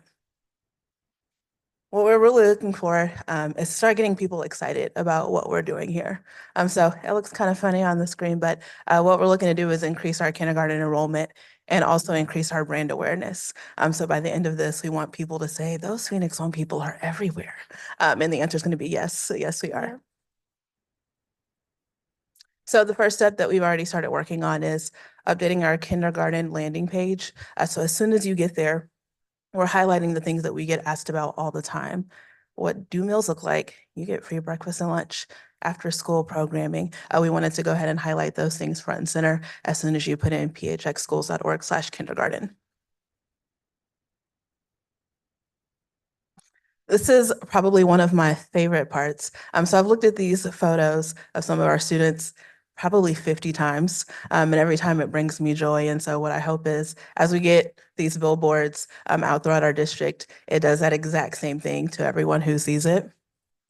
So we're looking at having 8 billboards all throughout our district for 12 weeks. And doing that will give us about 12 million impressions. That's how many eyes will be able to see these and say, okay, Phoenix, number 1, you are enrolling pre-K through 8th grade right now. And the other cool part about these is these are digital billboards, which means that they'll have a rotator feature on them. So they'll flip right from this that you see to the same version with the same student, but in Spanish. So we'll be able to see both versions on all of these billboards. We're also working on newspaper publishing. So we've got Prince of Arizona and the Arizona Informant, both working really well with us to not only give us newspaper publishing, but also some no cost added value. So for example, with Prinza, we'll get some digital ads at no cost. And also we'll be able to have someone do a 10-minute appearance on a podcast at no cost, as well as a 500-word article, where again, we can continue to tout our services. Same with the Arizona Informant, we'll get a website scroll and some social media posting, both at no cost to us. So then looking at email, one thing that we're going to do that we haven't done before is, we engage with people all the time. We have business partners, vendors, community partners, people that we just meet at events. We should email them and say, you love working with us, you know our programs, you know that we're doing great work here. You should consider enrolling your kids here. And so that'll be part of the strategy too, is sending that email out to get people who are already in our community enrolling their kids here. We're also looking at direct mail, and this is just one of those other additional tools that we can look at to really meet people where they are, right? We know some people will see the billboard, some people may not. So we'll be able to do some targeted mailing using zip codes to attract more people in our district. Ms. Baker, I know in the past when we've done the direct mail, there has always been an issue of mailing to some of the apartment complexes. So have you kind of touched on that issue? Are you prepared? Have you let whoever vendor we're using to make sure that they're getting into the apartments? So yes, so we've looked at what we've done in the past, and we can see where the issues are and where the gaps are.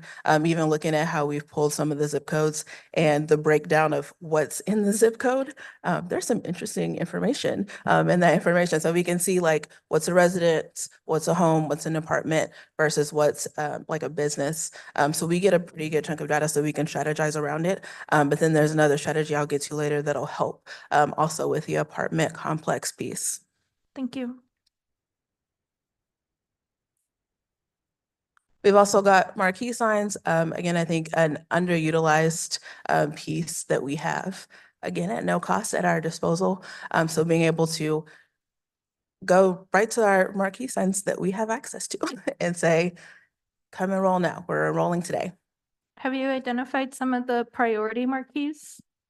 All of them. All of them? Because I know, for example, there's this issue with the light pollution that the city of Phoenix doesn't allow us to have them on at certain times. So I'm just wondering if we've identified, because in some cases that stipulation might not be eligible to us. Like, for example, I always see ASU Prep's marquee on at all hours of the day. So I'm thinking like Herrera, in a place where high traffic is usually happening, that could be some of our priorities. So we can discuss more on offline, but I just wanted to make you aware that, we do have them only for a certain time. Thank you. I hadn't heard of that one, but I've got it on my list now. So I'm also very excited about this, and it'll also help with the apartment complex problem that we were looking at. And it's door-to-door flyers. So, sometimes you go to Walmart and you're like, who put this on my windshield? It is the people who do door-to-door flyers. And so we'll be able to pick out areas, places, again, zip codes, and we can say we want 1,000 flyers in this area at these types of places. So looking at homes, grocery stores, convenience stores, coffee shops, the places that we know people gather. I know for me, it's the pet store. If I don't go anywhere for a whole month, I'm going to get dog food. And there's always that place there where people put their flyers. And so we want to be doing the same thing there also. Thank you. And we could also, at businesses that we know that are low-income families shop at, so like Dollar General, Dollar Store, the laundromats, Ranch Market, grocery stores.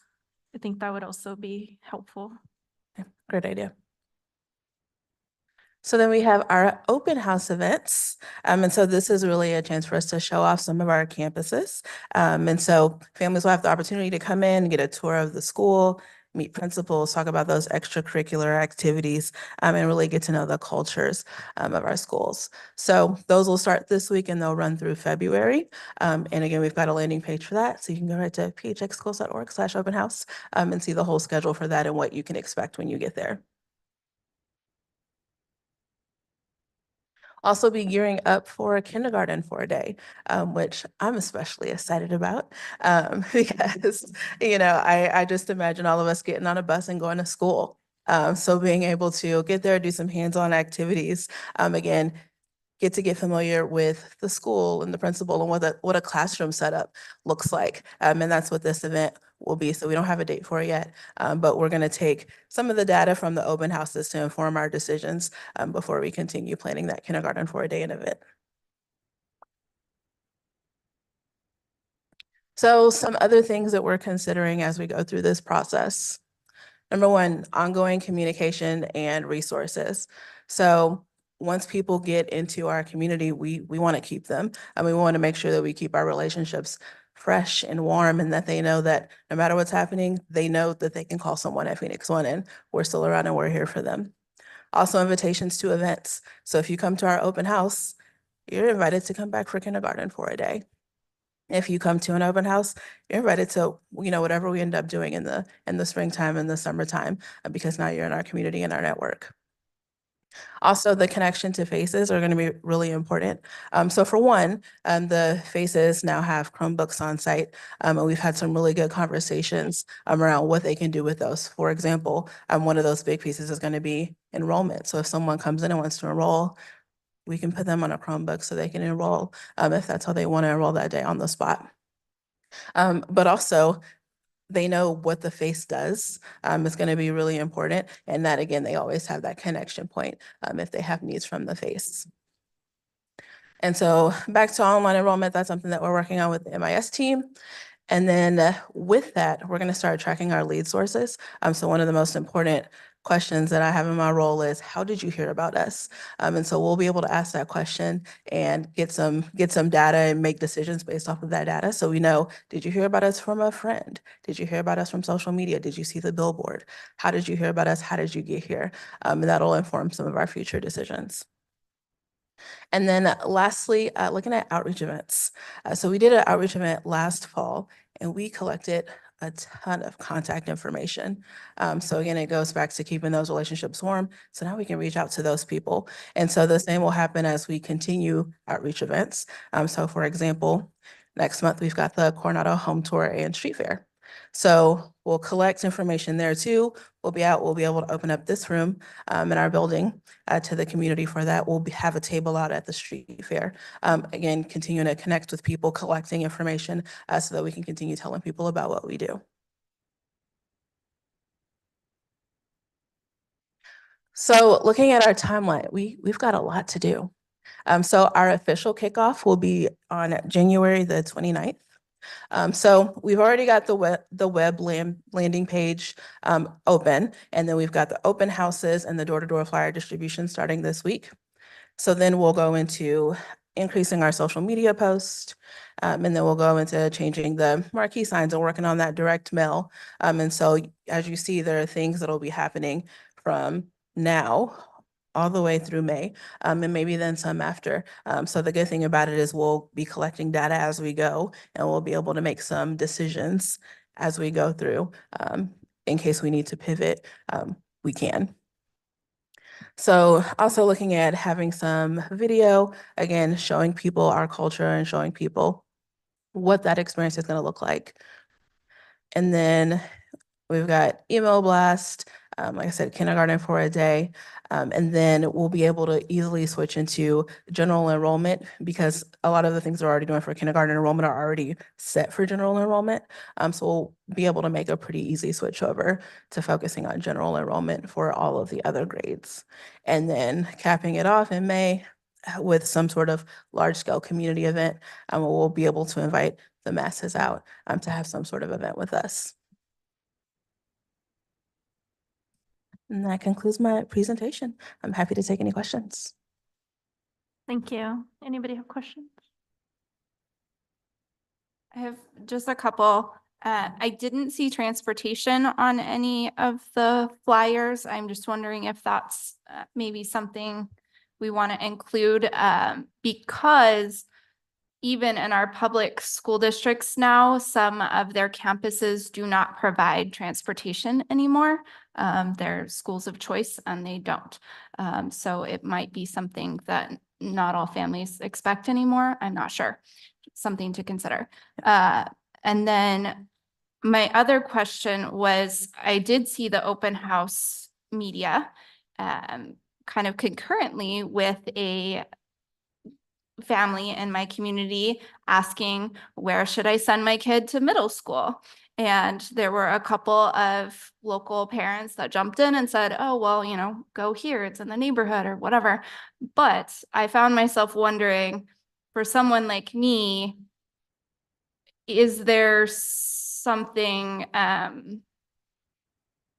that we had that I could just like easily respond with, like an elevator pitch or whatever, some communication from us that might be easier for families or people, myself, to just, you know, share a link to whatever, just a, or like a, probably more of a graphic, I don't know, something, versus, you know, I understand that personal stories are always the best, but I don't, it was a thought.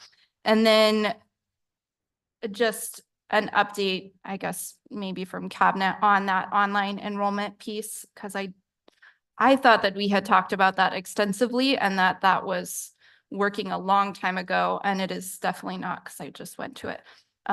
So I'm just wondering where that's going. So thank you. Anybody else? Go ahead. Madam Chair, just got a quick follow-up question. Dr. Vink, you brought up transportation. And I know, I feel like we asked at one point about using our buses to advertise too, like maybe putting something on there.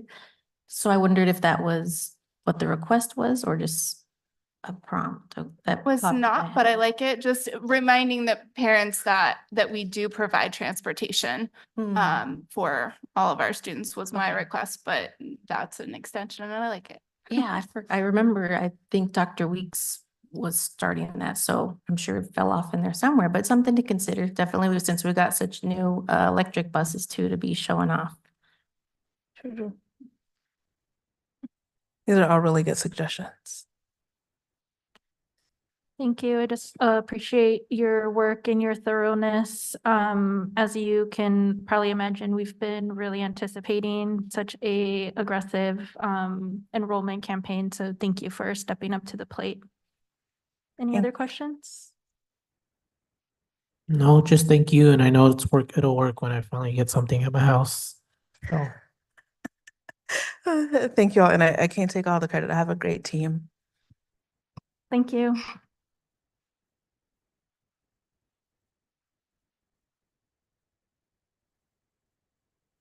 All right, we got about 6 minutes to end in 2 hours. So closing items, board member requests. Do we have any?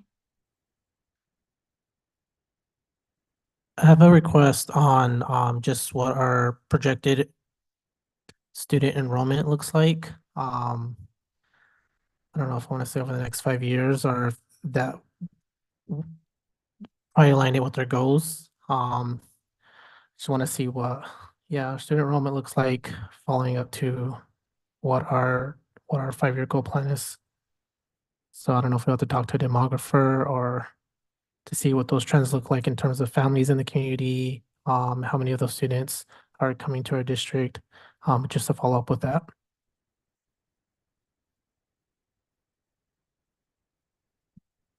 Madam Chair, I've got a quick one and then another I plan to email about because I haven't fleshed it out fully.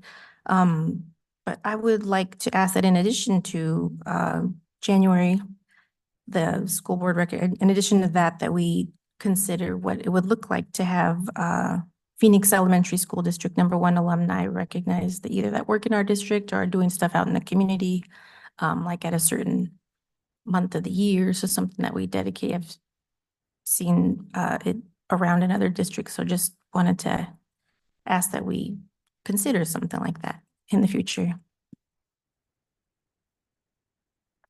I just like an update on our student advisory board, something like that we asked for a while ago. Thank you. And I would just want to propose for our board retreat / study session, if you guys can email Miss Valencia and Dr. Gonzalez if Friday, February 23rd and Saturday, February 24th work for you. Thank you. And then moving on to future agenda items.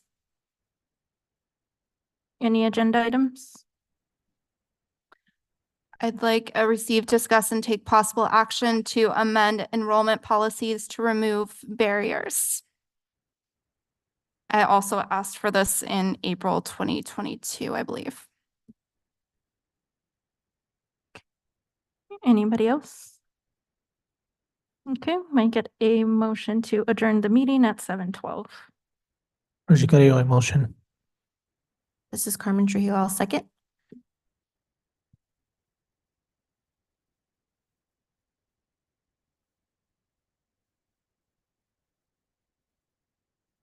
Sorry about that. Vote call for Ms. Jessica Bueno, Aye. Mr. Regional Carrillo, Aye. Dr. Alicia Vink, Aye. and Ms. Carmen Trujillo. Aye. Thank you.